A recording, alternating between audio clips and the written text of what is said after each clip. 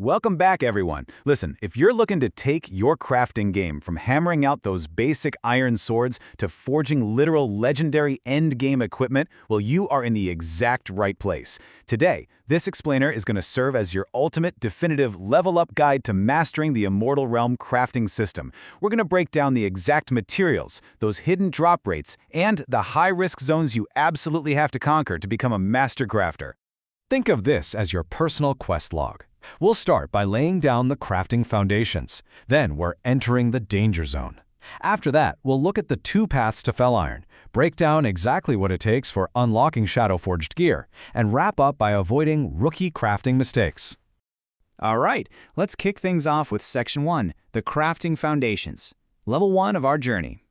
So the universal base for all crafters relies on standard UO ores, and you find these right in the safe mountain zones. You start with basic iron, which requires 0 skill, by the way, and as your mining prowess grows, you just climb the ladder.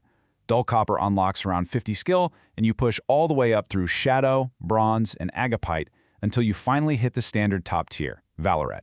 That sits at about an 85 mining skill requirement. These safe mountain zones, they are your absolute bread and butter. Safe, reliable, and literally the foundation of everything else you're going to build. But hey, crafting isn't just about metal, right?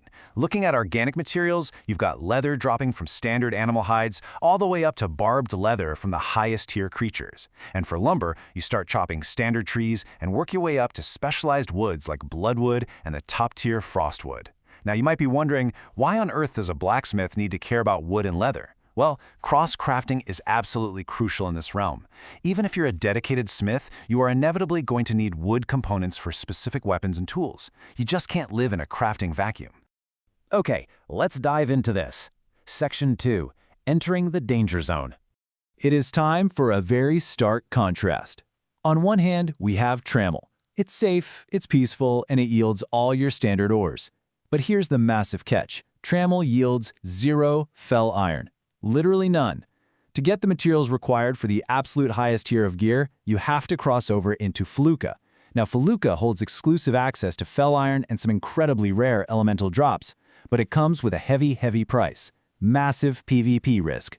Other players can and absolutely will hunt you while you're gathering. So the golden rule of Felucca is simple, and please memorize this.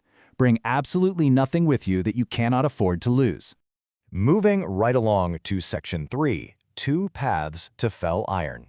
So, it's the million gold question, isn't it? Where exactly do I find Fel Iron? You know it's over in Felucca, but how do you actually extract this stuff from the world? Well, the system gives you two parallel, totally different approaches, the steady drip and the bursty loop. The steady drip is exactly what it sounds like. You grab your pickaxe and you mine ore in Felucca. Every single time you harvest, you have a tiny 1 to 4% chance of getting 1 or 2 ingots. It's slow, it's methodical, and it just steadily fills your packs while you gather normal ore. On the complete opposite end of the spectrum is the bursty loop. This involves actively hunting down and killing Felucca ore elementals. Doing this gives you a massive 30% drop chance per kill, yielding 2 to 5 ingots at a time. It's fast, it's exciting, and oh man, is it dangerous. And the best part? Neither path requires the other. You get to play the way you want. And this brilliantly illustrates exactly how the math works for the miners out there. The drop rate for the steady drip path isn't static. It actually scales linearly with your skill. At 50 mining, the hook finally activates, giving you a 1% chance. By the time you get Grandmaster at 100 skill, you're at 3%. And if you push all the way to a legendary 120 mining skill, you hit the hard ceiling of 4%. The developers have firmly copped it right there, so even at your absolute maximum legendary capability, you are still grinding for that 4% extraction rate. All right, Section 4, Unlocking Shadowforged Gear. So the crucial point here is understanding the friction built into this system. Step 1 is straightforward enough, right? Reach 100.smithy. But Step 2 is where dreams are crushed. You must kill Felucca ore elementals for a recipe drop. Mining alone will never ever give you a Shadowforged recipe.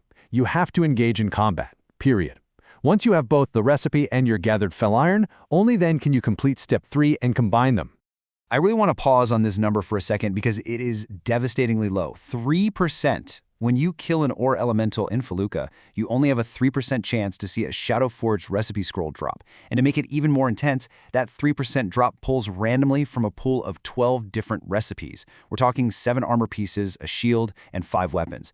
You could diddly grind for days to hit that 3% drop, only to get a recipe you already have. Ouch. The source material sums this up perfectly. Both gates have to clear.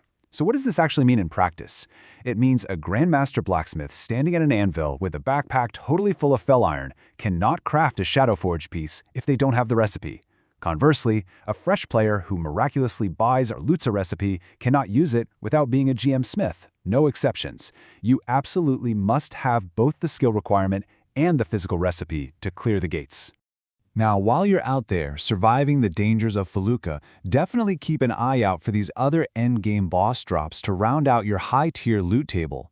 Blood crystals drop from any Felucca champion boss at a pretty generous 20% rate, and Draconic Scales drop from specific Felucca dragons, like Ancient Worms and Greater Dragons, at an impressive 25%. Honestly, if you are geared up for elementals, you might just find yourself ready to tackle these heavy hitters for some serious extra crafting wealth. Finally, let's wrap up with Section 5, Avoiding Rookie Crafting Mistakes. Looking at the data, it seems players constantly fall into the exact same traps, so let's save you some time and gold. First, do not sit in trammel hitting rocks expecting Fel Iron. It literally doesn't exist there. Second, do not expect Shadowforged recipes to just pop out of a mining node. You gotta kill elementals. Third, stop buying baseline materials from NPC vendors. Player crafted is almost always cheaper. Fourth, please stop hoarding thousands of pounds of raw ore in your bank. Refine it into ingots immediately. They stack better and they're actually usable. And finally, do not waste your time trying to craft Shadowforged gear if you haven't put in the work to hit GM Smithy first. Train first, then chase those recipes. Now, what's really fascinating here is how this clears up one of the most massive misconceptions in the entire game economy. Powerscrolls. Yes, they drop from Felucca champions. Yes, they raise your individual skill caps, pushing a single skill from 100 up to 105, 110, or even 120. But, and this is a huge but, they do not raise your character's total 700 skill cap.